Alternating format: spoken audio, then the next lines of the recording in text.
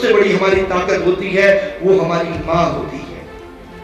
हम आज English medium में पढ़ रहे हैं, हो सकता है किसी की माँ 5 न पढ़ी हो, लेकिन इसका मतलब वो बेवकूफ नहीं है।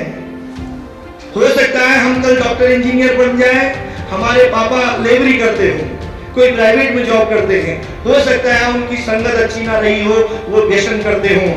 लेकिन सबसे ज्यादा अगर कष्ट कोई सहन करता है तो वो माँ करती है। वो माँ चाहे धरती माँ हो, चाहे वो जन्म देने वाली माँ हो, और अगर हम किसी का सम्मान करते हैं तो सम्मान उस भारत माँ का करते हैं, उन शहादत देने वाले जवानों का करते हैं। और ऐसा कोई व्यक्ति नहीं है जो उन शहादतों को प्रणाम नहीं करता हो, क्योंकि जब हम यहाँ बैठ के नशे के आगोश में फंसते हैं तब एक आतंकवाद को बढ़ावा देने वाला अलगाववादी संगठन पैदा होता है, और उसी समय जब हम लोहा घाट में अपने माँ बाप को धोखा दे रहे होते हैं, एक व्यक्ति शहादत दिया होता है, और उस घर की आलम ये होती है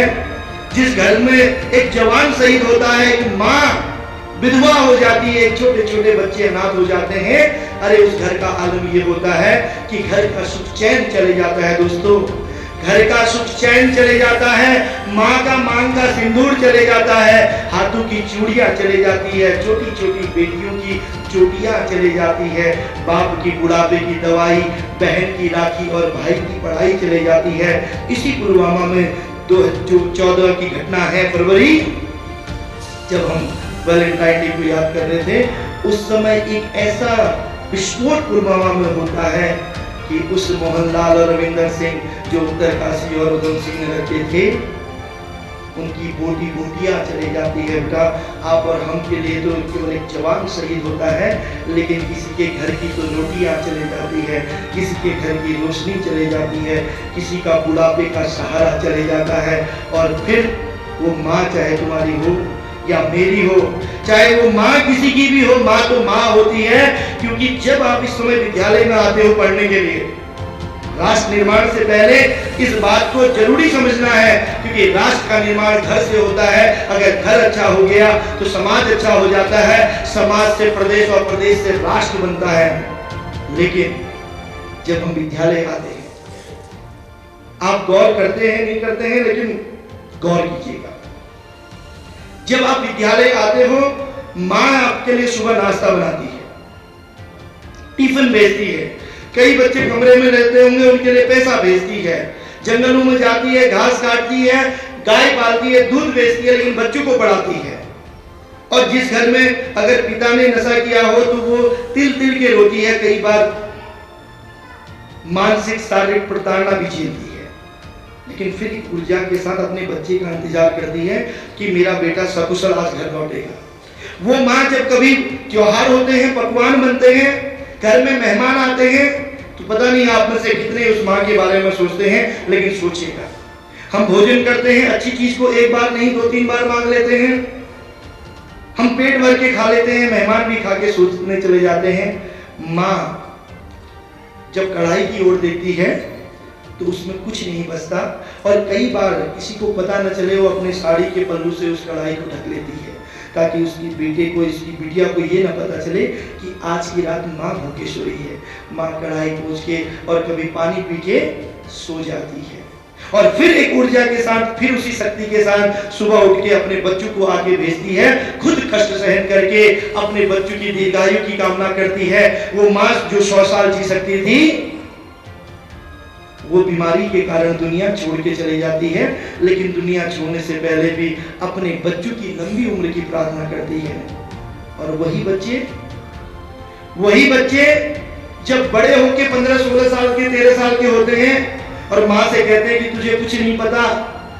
कहां से पता होगा, आपने तो इतने बड़े स्कूल में पढ़ा है, उसको तो कोई स्कूल भेजने वाला नहीं था,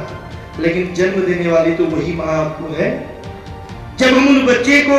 उस माँ का अपमान करते हैं, जब वही 15-16 साल का बच्चा दोस्तों के साथ नशे रूपी राक्षस के आगोश में जाता है, दूसरों को कुल दिखाने के लिए पैशन में, अट्रैक्शन में, टेंशन में अपनी डायरेक्शन को गलत करता है, आप मानो न मानो बेटा, आप जो माँ 100 साल जीना चाहती थी उसको अल्पायु दे जाते हो, जो पिता दीर्घायु रहना चाहते थे उनको दुनिया से छोड़ने के लिए मजबूर कर जाते हो। हमें तो पता भी नहीं चलता है, कई बार तो उनके बच्चे ही उनके काल बन जाते हैं। जब उस माँ को समाज से पता चलता है कि उनका बच्चा उनके हाथ से निकल गया,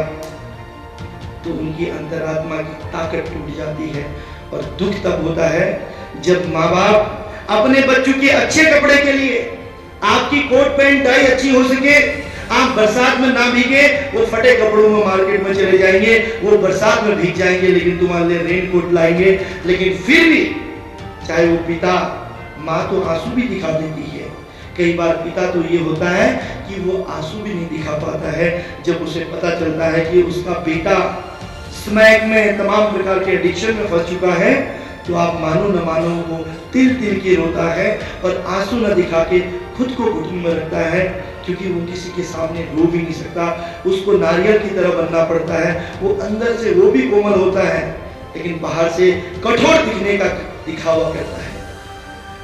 मैं उस माँ और पिता की बात कर रहा हूँ जिन्होंने हमारे लिए सर्वोच्च निछावर कर दिया, जो भूखे प्यासे भी हमको पढ़ाते हैं। लेकिन वही बच्चे जब बड़े हो गए उस माँ से कहते हैं तुझे क्या पता। वही बच्चे 18-20 साल में 22 साल में जब अपना जीवन साथी चुनते हैं तो उन्हीं माँ बापों को अपने घर से निकाल देते हैं। अरे मैंने जाके देखा है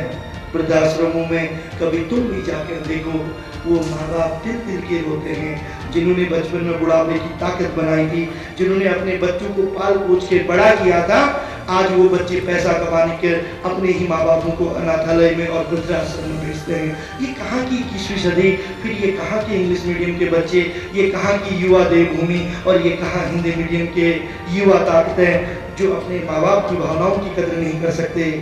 वो किसी राष्ट्र का निर्माण क्या करेंगे।